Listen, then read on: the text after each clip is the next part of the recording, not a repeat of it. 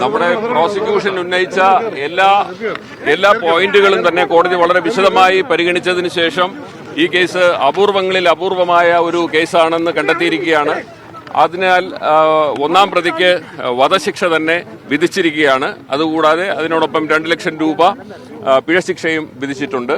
പിന്നെ 302 IPC കൂടാതെ തട്ടിക്കൊണ്ടുപോയി കൊലപ്പെടുത്തിയതിന് അതിനും 10 കൊല്ലത്തെ ശിക്ഷ വിധിച്ചിട്ടുണ്ട്.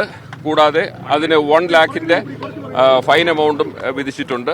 പിന്നെ 328 അതായത് വിഷം കൊടുത്തതിന് 5 വർഷത്തെ തടവ് ശിക്ഷയും 50,000 റുപ്പീസ് അത് ഫൈനും ഇമ്പോസ് ചെയ്തിട്ടുണ്ട്. പിന്നെ 2 വർഷത്തെ തടവ് ശിക്ഷയാണ് ഈ 203ക്ക്, അതായത് പോലീസിനെ അന്വേഷണത്തിൽ തെറ്റിദ്ധരിപ്പിച്ചതിന്. അപ്പോൾ ഇതെല്ലാം തന്നെ A3ക്ക് 3 വർഷത്തെ തടവ് ശിക്ഷയാണ്, 50,000 രൂപയുടെ പിഴശിക്ഷയും. അപ്പം 201 അതായത് തെളിവ് നശിപ്പിച്ചതിനാണ് ശിക്ഷ വിധിച്ചിരിക്കുന്നത്. ഇതിലെ എമൗണ്ട് റിയലൈസ് ചെയ്യുകയാണ് എന്നുണ്ടെങ്കിൽ പിഴശിക്ഷ അത് കോമ്പൻസേഷനായിട്ട് മാതാപിതാക്കൾക്ക് കൊടുക്കാനും കോടതി വിധിച്ചിട്ടുണ്ട്. കേരള പോലീസിന്റെ ചരിത്രത്തിൽ ആദ്യമായിട്ട് വളരെയധികം ഒരു അപ്രീസിയേഷൻ ഈ കേസിൽ ബഹുമാനപ്പെട്ട കോടതി കൊടുത്തു. അത് വളരെ കേരള പോലീസിന്റെ അഭിമാനമാണ്. അപ്പം അതിനാൽ അതൊരു വലിയ കേരള പോലീസിന്റെ വിജയമായിട്ടും പ്രോസിക്യൂഷന്റെ വിജയമായിട്ടും ഞങ്ങൾ ഇതിനെ കാണുന്നു.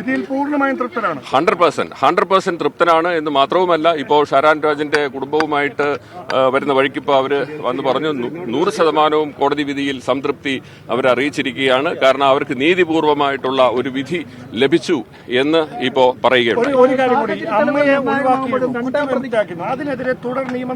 ഒരിക്കലും ഇല്ല, അതിന്റെ ആവശ്യമില്ല. ഒരിക്കലും അപ്പീൽ കൊടുക്കേണ്ട ഒരു ആവശ്യവും വരുന്നില്ല. കാരണം അതിന്റെ തെളിവിന്റെ അഭാവം എന്ന് പറയുന്നത് പോലീസിന് നൽകിയ കുറ്റസമ്മത മൊഴി അല്ലാതെ മറ്റൊന്നും തന്നെ അവർ തെളിവ് നശിപ്പിച്ചതിന് ലഭിച്ചിട്ടില്ലായിരുന്നത് കൊണ്ട് മാത്രമാണ് കോടതിക്ക് അവരെ വെറുതെ വിടേണ്ടി വന്നത്. ഈ ജ്യൂസിൽ വിഷം കൊടുത്തത് കുറ്റമാണ്, അത് കോടതി കണ്ടെത്തിയിട്ടുണ്ട്. പക്ഷെ അന്വേഷണ ഉദ്യോഗസ്ഥർ അല്ലെ പ്രോസിക്യൂഷൻ അക്കാര്യം ഉന്നയിച്ചില്ല എന്ന് കോടതി പറഞ്ഞു. അതെ, അതായത് ഈ നേരത്തെ 22/8/2022 ഇതേ സമാനമായിട്ട് ജ്യൂസിൽ വളരെ ഹെവി ഡോസ് ഓഫ് പാരസെറ്റമോൾ കലക്കി ഒരു ശ്രമം ഈ ഒന്നാം പ്രതി ഷാരോൺ രാജിനെ കൊടുത്ത് വധിക്കാനായിട്ട് ശ്രമിച്ചിരുന്നു. പക്ഷേ ആ വധശ്രമം പരാജയപ്പെട്ടത് ഷാരോൺ രാജ് അത് ജ്യൂസ് തുപ്പിക്കളഞ്ഞത് കൊണ്ടാണ് എന്ന് കോടതി കണ്ടെത്തി. അപ്പോൾ തീർച്ചയായിട്ടും ഇതിനു മുമ്പ് ഒരു കുറ്റകൃത്യം നടത്തിയ പ്രതിയാണ് എന്ന് കോടതി അത് വിലയിരുത്തുകയും അത് ഈ പരമാവധി ശിക്ഷ കൊടുക്കുന്നതിലേക്ക് മറ്റൊരു ഗ്രൗണ്ടായിട്ട് ഒരു അഗ്രവേറ്റിംഗ് സർക്കംസ്റ്റാൻസ് ആയിട്ട് കോടതി കണ്ടെത്തുകയാണ് ഉണ്ടായത്. അതായത് ക്രിമിനൽ പശ്ചാത്തലം ഇല്ല എന്ന പ്രതിഭാഗത്തിന്റെ വാദം